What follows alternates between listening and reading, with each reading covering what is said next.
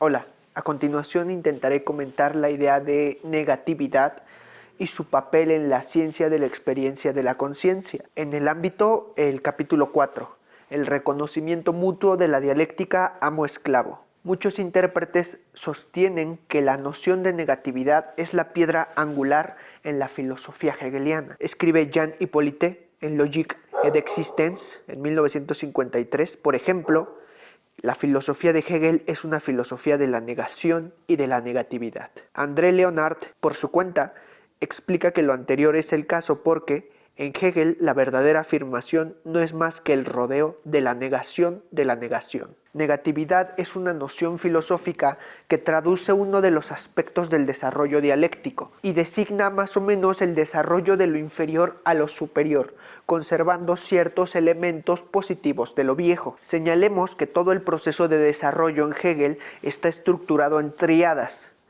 Cabe mencionar también que así como Sócrates nunca mencionó "yo solo sé que no sé nada", Hegel tampoco nos habló de una tesis, antítesis y síntesis. No obstante, las nociones pueden ser representativas de sus tesis. En Hegel, la tesis es negada por la antítesis, la cual es a su vez negada por la síntesis. Es una negación absoluta, es una negación de la negación. En unos momentos veremos cómo esta tríada queda bien representada en la noción amo-siervo que Hegel le expuso.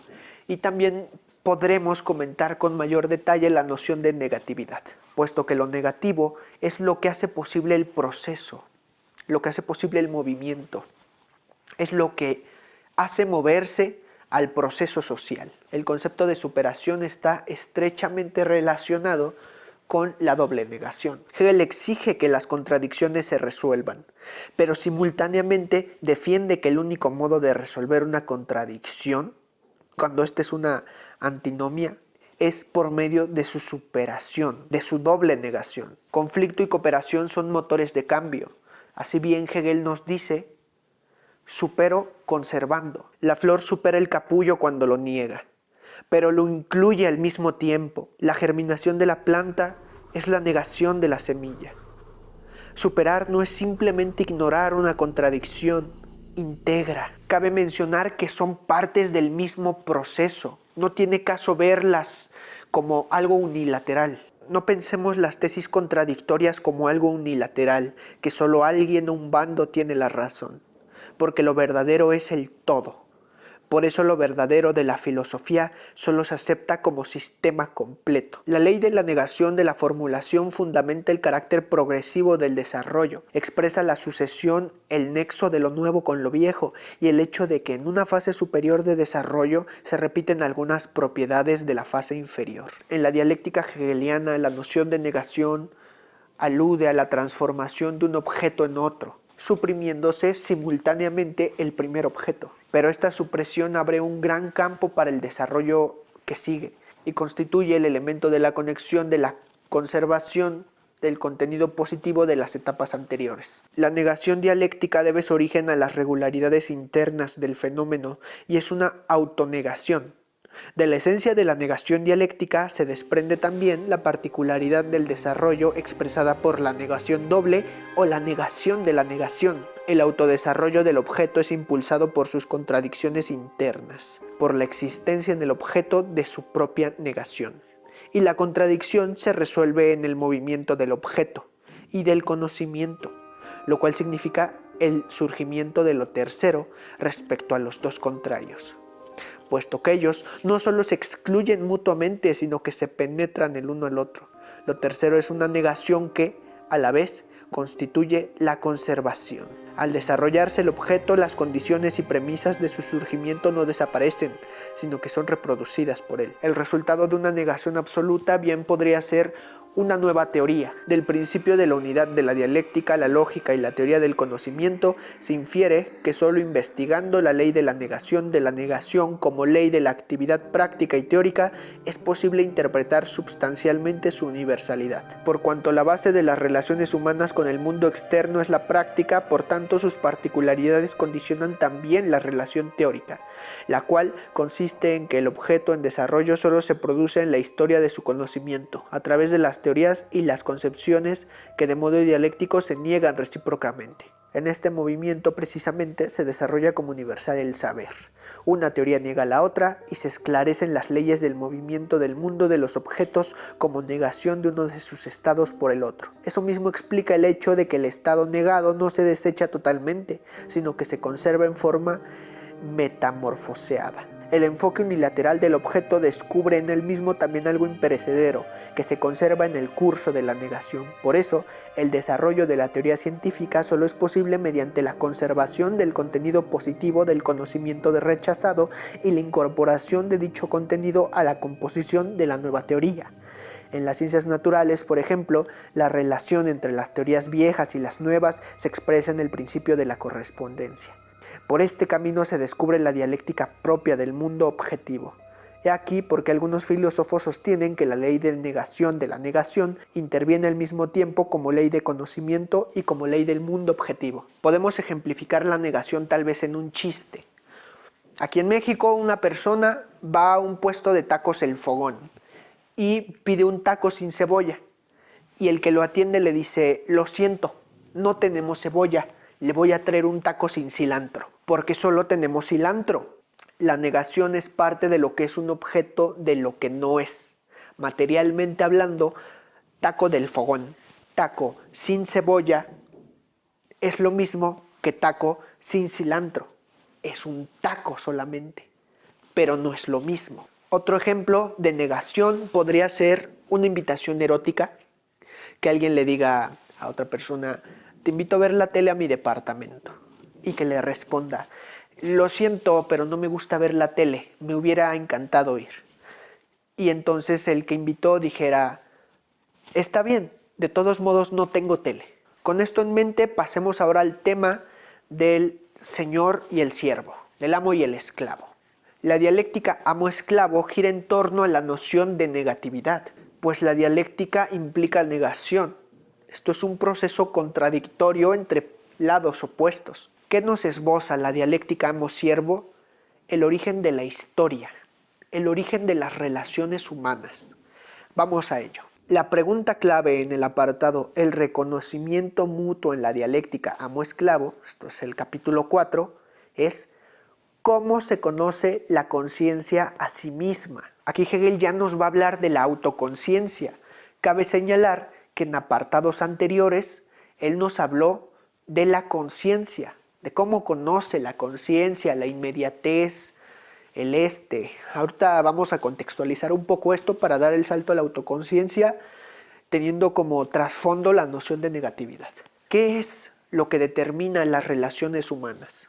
Muy sucintamente Hegel nos va a decir: la historia se constituye en el enfrentamiento de nuestros deseos. Desear el deseo del otro es desear el reconocimiento y por ende llegar a la autoconciencia.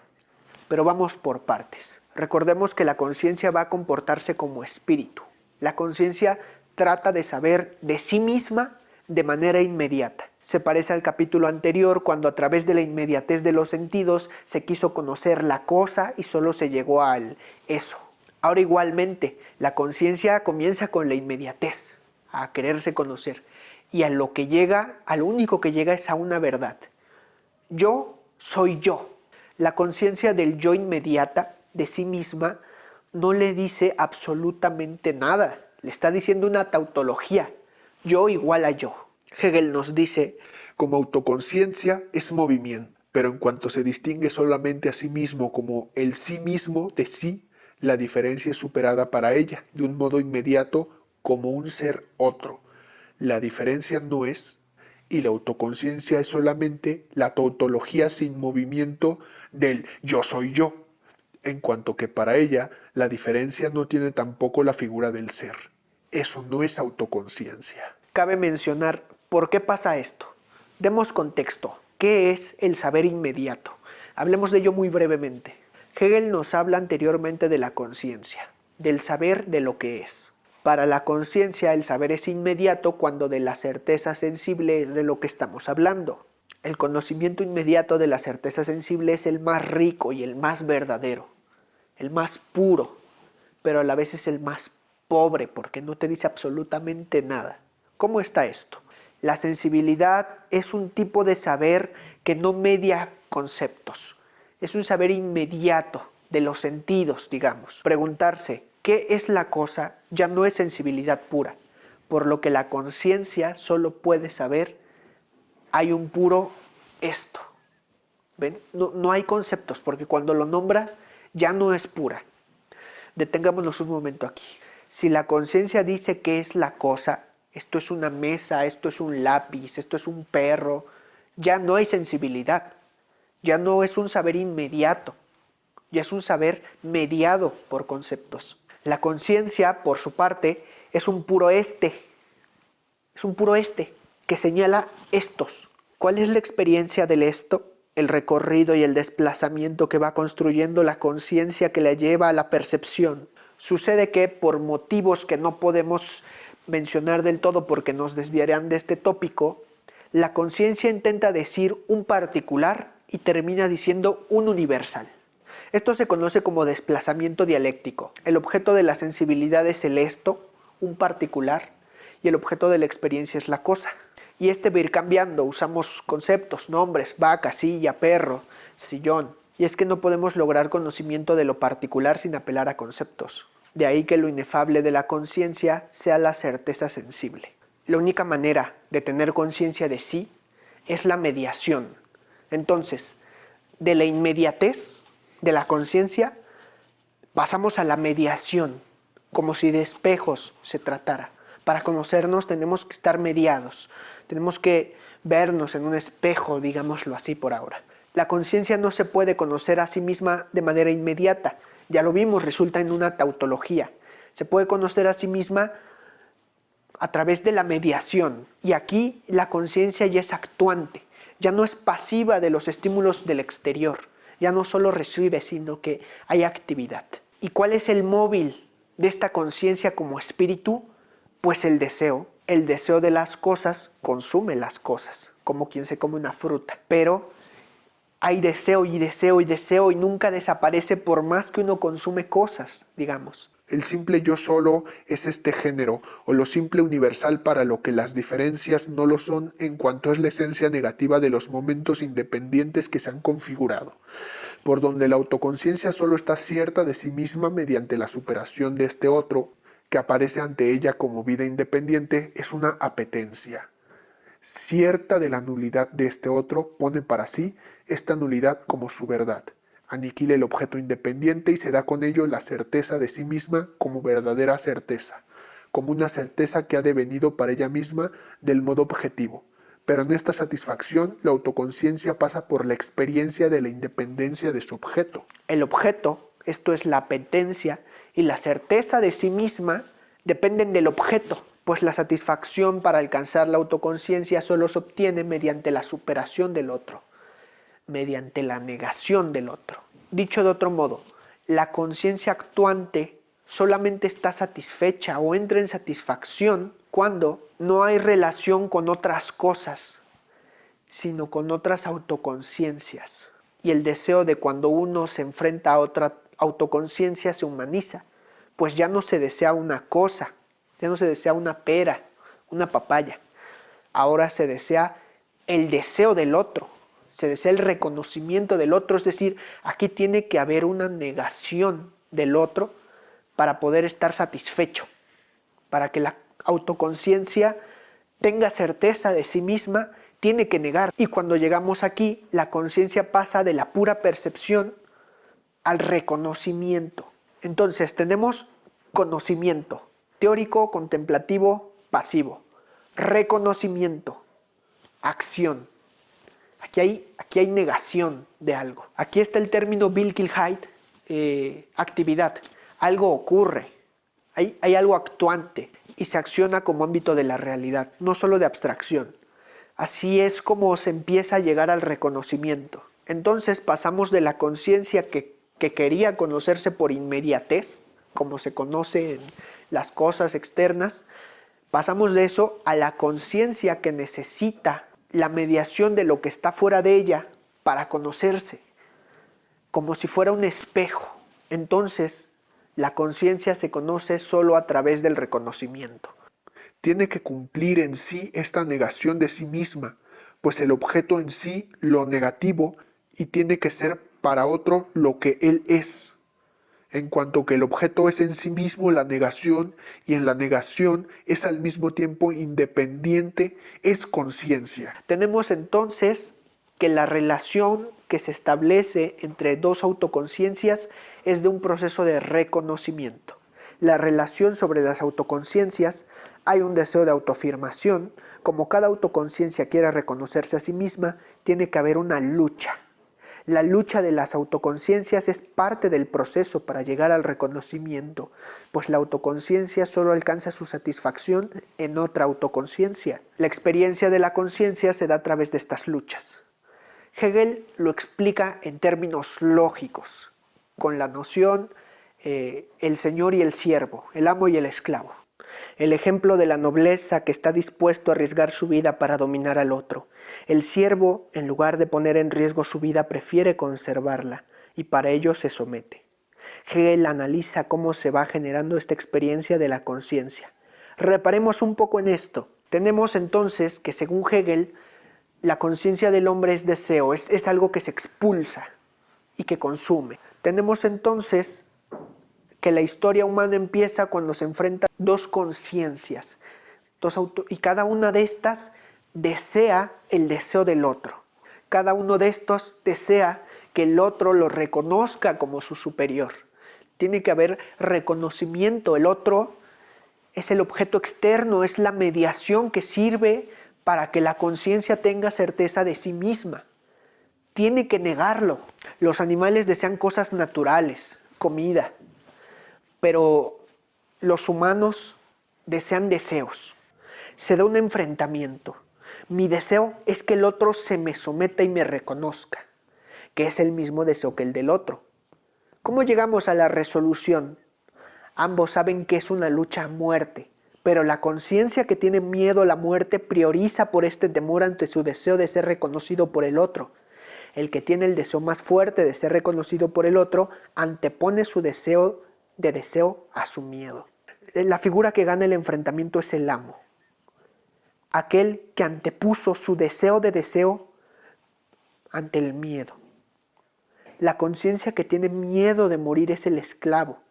Aquí hay una negación. El amo está negando al esclavo. El esclavo tiene que reconocer al otro como su amo. Es una interdependencia entre ambos. El amo se afirma a sí mismo y somete al esclavo. Y su relación es mediada por la cosa. Esto es, el esclavo trabaja. El producto de este trabajo no le pertenece a él, sino al amo. La mediación es la cosa, esto es el objeto de trabajo. Es importante que el que se afirma como absoluto, que es independiente, la verdad es lo absoluto, cabe decir, el de la libertad, el ser para sí, es el amo. El ser para el otro es el esclavo. Como comenté, porque los productos del esclavo le pertenecen en realidad al amo. Hegel dice, es una autoconciencia para otra autoconciencia. Por consiguiente, el comportamiento de las dos autoconciencias se haya determinado de tal modo que se comprueban por sí mismas y la una o la otra, mediante la lucha a vida o muerte. Y deben entablar esta lucha, pues deben elevar la certeza de sí misma de ser para sí a la verdad en la otra y en ella misma. Solamente arriesgando la vida se mantiene la libertad. Se prueba que la esencia de la autoconciencia no es el ser, no es el modo inmediato como la conciencia de sí surge, ni es hundirse en la expansión de la vida, sino que ella no se da nada que no sea para ella en un momento que tiende a desaparecer, que la autoconciencia solo es puro ser para sí. Pero aquí no termina todo. Hay un segundo movimiento. Hay una segunda negación.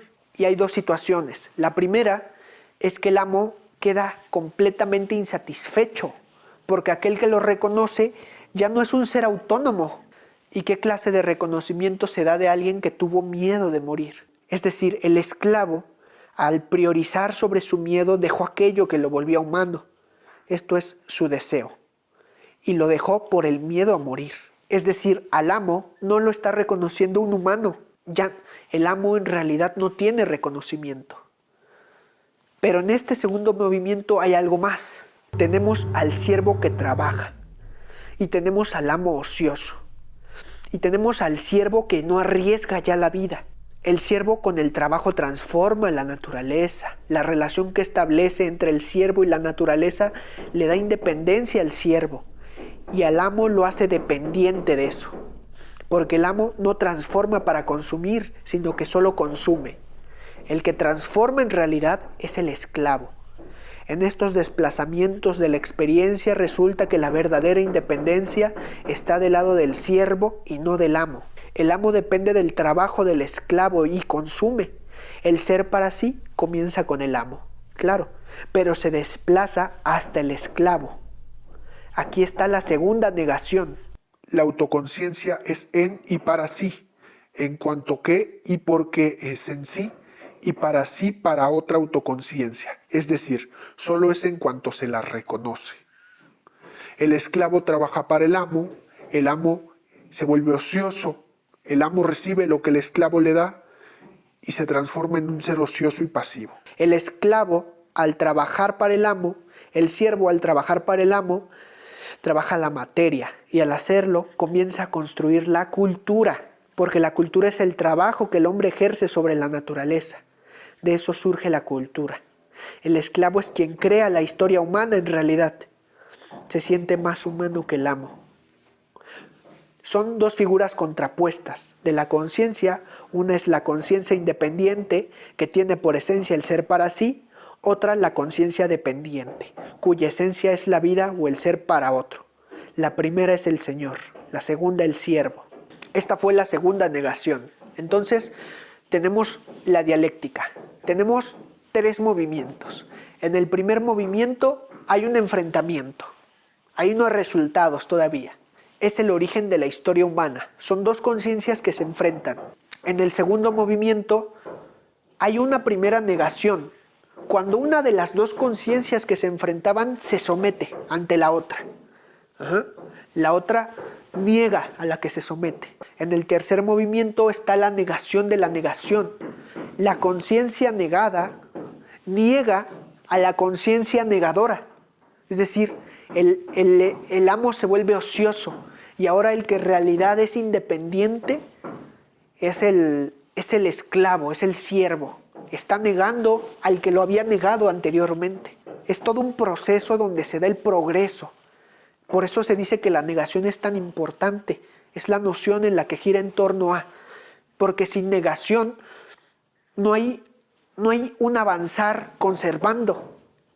No se podría. ¿Qué sería de una flor si el tallo no negara la semilla y si a su vez la flor no negara el capullo? No habría un proceso y no se incorporaría cada una de las partes positivas de la anterior. Ahora, ¿cuál es el producto de la dialéctica de estos tres momentos? La respuesta sucinta sería la historia y la cultura. El siervo es en realidad el que produce el perfeccionamiento, es el que produce las cosas. El siervo en su autoconciencia produce la historia y la cultura. El siervo alcanza a tener la certeza de sí mismo por medio de la negación del amo.